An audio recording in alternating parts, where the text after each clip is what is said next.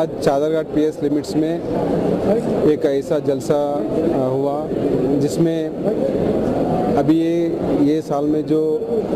त्यौहार हुए थे मिलादुल नबी से लेके बाद में हनुमान जयंती और श्री रामनवमी, बकरीद, रमज़ान और विनायक चौथी, सभी त्यौहार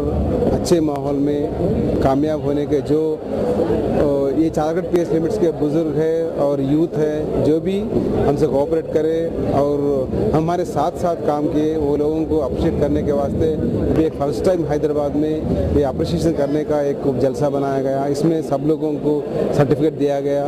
और हमारा ये अपील है कि फ्यूचर में भी ऐसा ही हमारे साथ काम करे और यहाँ ये एरिया में अमन शांति बना रखे। ये 150 लोगों को दिए, इसमें यूथ है और मिडिल क्लास मिडिल एज वाले हैं और बुजुर्ग भी है, सभी लोगों को 150 लोगों को और उसमें कुछ महिला भी है। ये मतलब कि सब लोग मिलके कोई सा भी जो भी काम हो सब लोग मिलके करना और अमन शांति बना रखने का ये मकसद है।